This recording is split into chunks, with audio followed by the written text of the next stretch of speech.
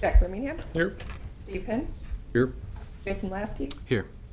Lori Palmieri, Sue Ponick, Here. Archie Stam, Here. Tom Belter. Here. We have the consent agenda in front of us. Need a motion to approve. Move it. Second. Voice vote, all in favor? Aye. Opposed, same sign. Motion passed. Now I'm looking for a motion to go into closed session. I'll make such a motion.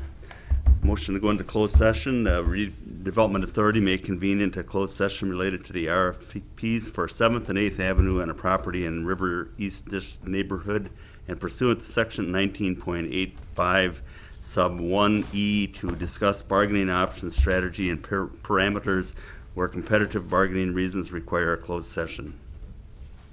Need a second? Second. Need a roll call or votes?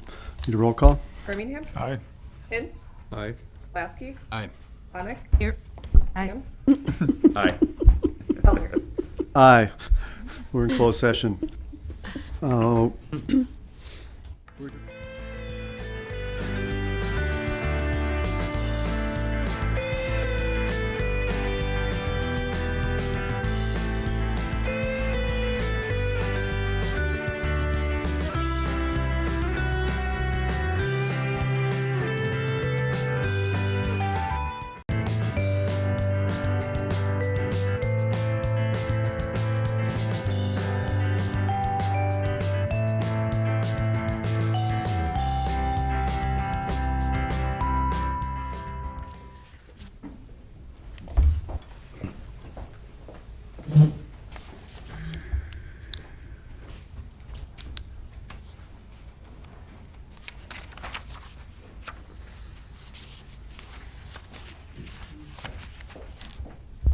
We're on the air.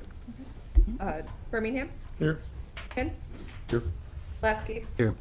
Palmieri, Ponick, Here. Stam, Here. Belter. Here. Okay, new business. Need a motion, Steve? I move approval of 19-30. Second. Okay, discussion? Okay, that was the project proposed by Alexander and Bishop.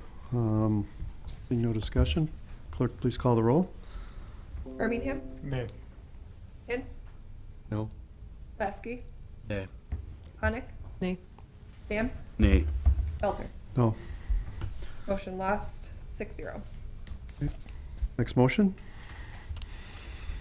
A motion to approve 19-31. A second. Clerk, please call the roll. Birmingham, No. Hintz, No. Lasky, No. Ponick, No. Stam, No. Belter. No. Motion lost 6-0. 19-32, need a motion? Moved. And a second? Motion, yeah. Okay, clerk, please call the roll. Birmingham, Aye. Hintz, Aye. Lasky, Aye. Ponick, Aye. Stam, Aye. Belter. Aye. Motion carried 6-0. 19-33, Make a motion to move 19-33. Second. call the roll, please.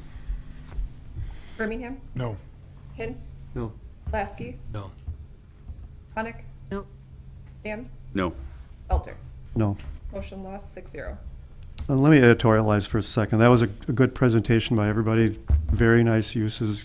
Good job doing research. We just decided how to conform to the city's plan and what we wanted for the parcel. So I thank you all and remind that there's a lot of land across the street, down the street, and the whole Sawdust District plan will be formalized within the next 30 to 45 days, Alan. So there are alternate sites for some of the other projects, I suppose. So now 19-34. Move 19-34. Second. Discussion. Alan, explain yourself.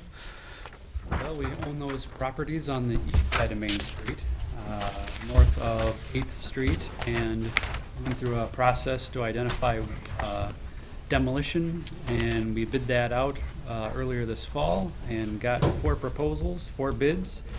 And the lowest bidder was Linco for $467,714.50.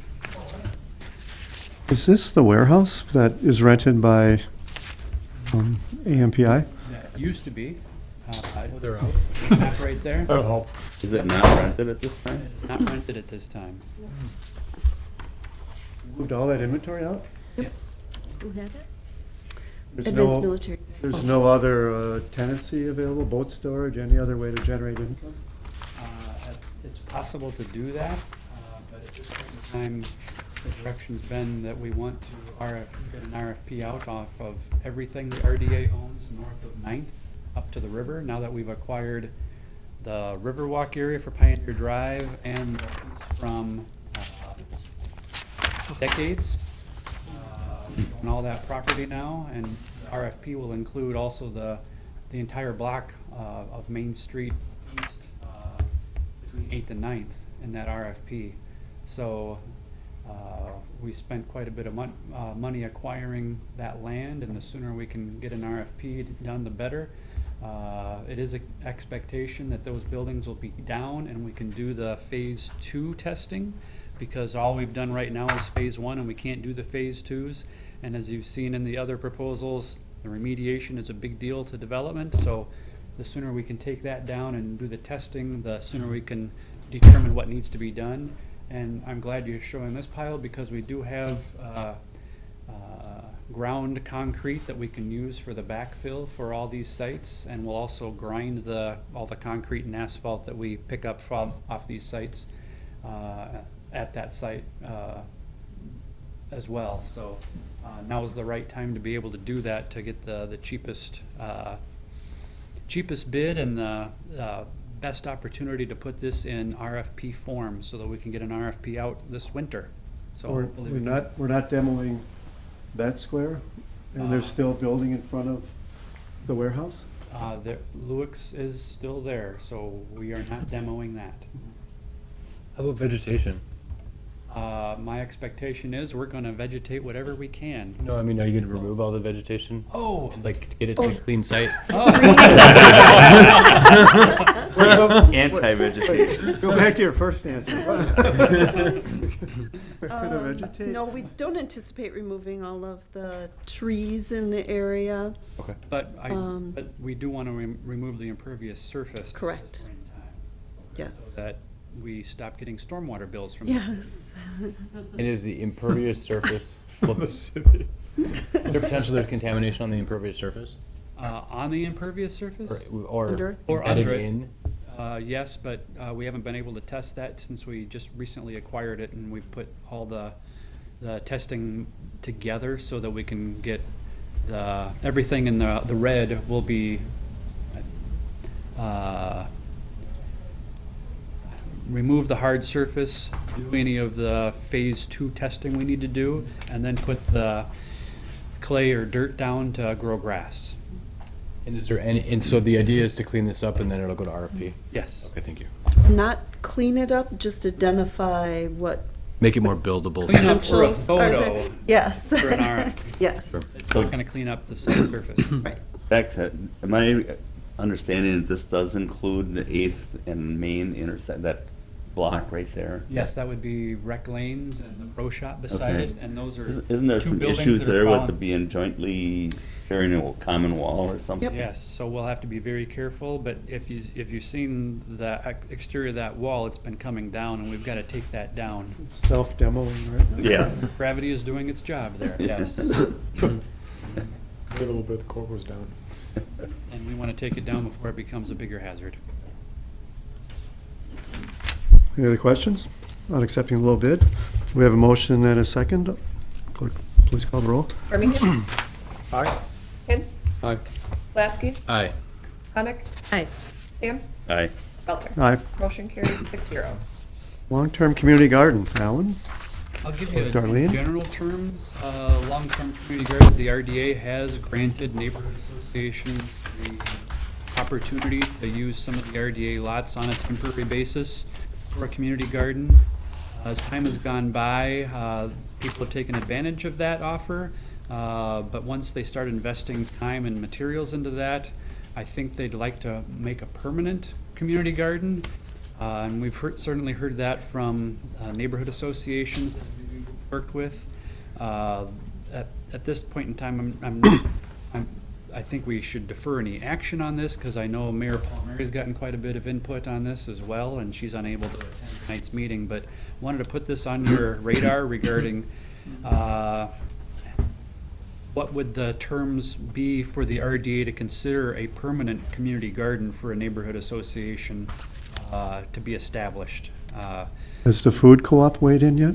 And certainly they would support it, but if they partnered in, that would be valuable, in my opinion. Or growing Oshkosh would be another one. That too, yeah. Something yes, exactly.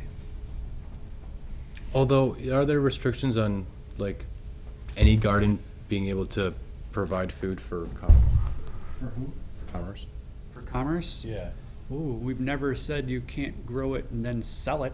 But are there restrictions? Are there Yeah. restrictions like Covenants with the or- grocery store or co-op where you can't just have any garden supplying you with vegetables for sale? Well, the I'm health not department. Sure, I know, when the Jefferson Street Community Garden was, they would provide, a stand down at the farmer's market for free food. So I'm not sure.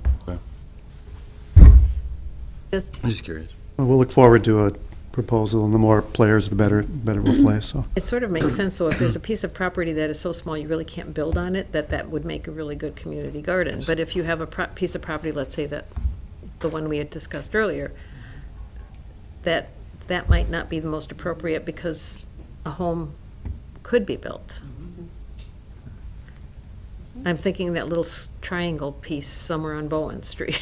Yes, we do have small strips of land in Yes. some cases. Some of them are 30 feet wide. Right. So that could go into a plan. Only 10 rows of sweet corn. So we'll put this back on the agenda for next time, and we'll do a little bit more research regarding Oshkosh Growers and the co-op and other entities that might be a long-term partner in this type of activity. And I'm thinking we'd have to do a request for proposals Yeah. to work with. Hopefully we could merge them all into one large proposal, find a nice parcel, and make it real productive, so. So that we're not being selective, so. Executive Director report. Yes, let's see, wanted to touch a little bit on the acquisition and disposition policy and funding follow-up. Council held a workshop earlier this year, and we went through the budget process, and the last page with a little matrix that you guys can take with you kind of summarizes what we're planning to do in 2020 on acquisition demolition. Based on the budget that's been adopted, we're gonna be looking at about 10 to 12 acquisition demolition projects next year, which is about double what we've done in the years past. And depending on how you fund it, determines on how you can dispose of it, because block grant has rules, H&I has rules, and the city's funds would have rules. But the upshot is, I expect the RDA will get involved with more projects for acquisition demolition throughout the city if plans go according to what we expect. This is largely modeled on other communities in the state that have gone through this process, specifically La Crosse and Green Bay, that they've done a great job in acquiring and demolishing and then getting new buildings or new houses rebuilt on these parcels in their communities. So we're gonna, as a segue into the second half of the matrix, we're also going to be as a test program for all these new incentive programs. The first one would be a new construction incentive where the city would be able to provide up to $15,000 per parcel for a new house construction. That could apply to one of those acquisition demolition sites. Would be a reimbursement to contractors or other agencies upon completion, and would meet the city design standards for a fit into the neighborhood. And that would be something that we could add on to the acquisition demolition of a particular parcel. So we've funded, we put money in there for, we were thinking 3 to see how those go. Green Bay's done as many as 10 per year this way. We'll have to see what the market in Oshkosh can supply. Then another program we're going to start is the code compliance program, and that's in combination with block grant and healthy neighborhoods. We've had many cases over the years where we can end up in court and we can get a court order for the owner to have to correct some of these violations, and the owner wants to, but they don't have the funding, and the judge says, yes, you have to do this. We're going to create a program where we can fund this type of code compliance. It could end up being a loan, deferred loan, but in many cases, we might not get the money back for this particular. It might turn into a grant because the owners do not have the funds to do it themselves, even with the court order. So we're going to see how that goes. And the building inspection program department is also looking to contract with somebody to help the property owners comply with the code requirements so that they can help them buy the paint, find the contractors, do the work, more of a housing consultant rather than a building inspector, so they can help them achieve compliance without the threat of citations or more court work. Almost as I call a housing consultant to help these people get into compliance. And then the last program would be historic restoration. We have a number of historic districts.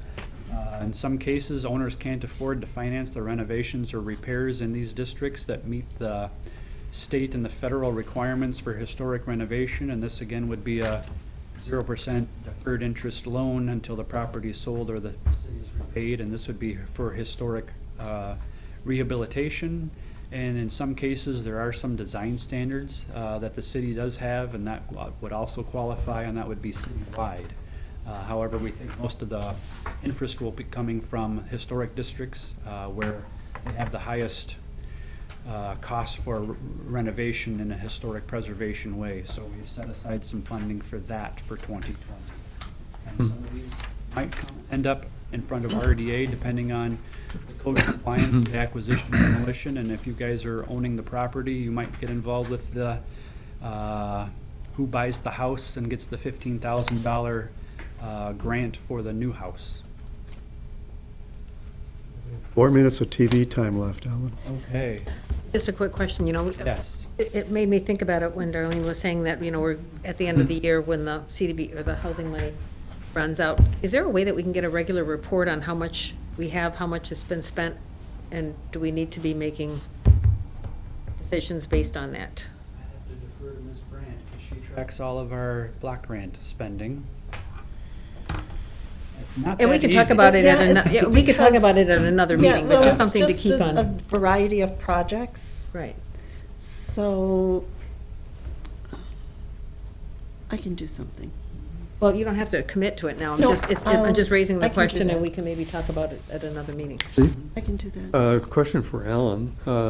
Did we create any problem for you? And if so, how much by not following through on the Otter Street acquisition offer? The Otter Street. I'm sorry, you can't discuss There that. was not a, I can't talk about that? No, I'm not sure what you're talking about. yep. Oh, well, forget it. Quick rundown your list, Alan? Yes, Wrap it up here? maybe the highlight, nothing to report on the arena. We did make the pay-go payment to them back in October. Mhm. The RDA still owns the land, and bankruptcy court is still working through the process. Let's see, the 9th Avenue crushing pile, that is the one that we were talking about there, right beside the area we want to tear down. We've told them as soon as we've torn down those buildings in the spring that they'll need to be out. And I believe this contractor recently obtained a conditional use permit approval at Plan Commission last night for a new site.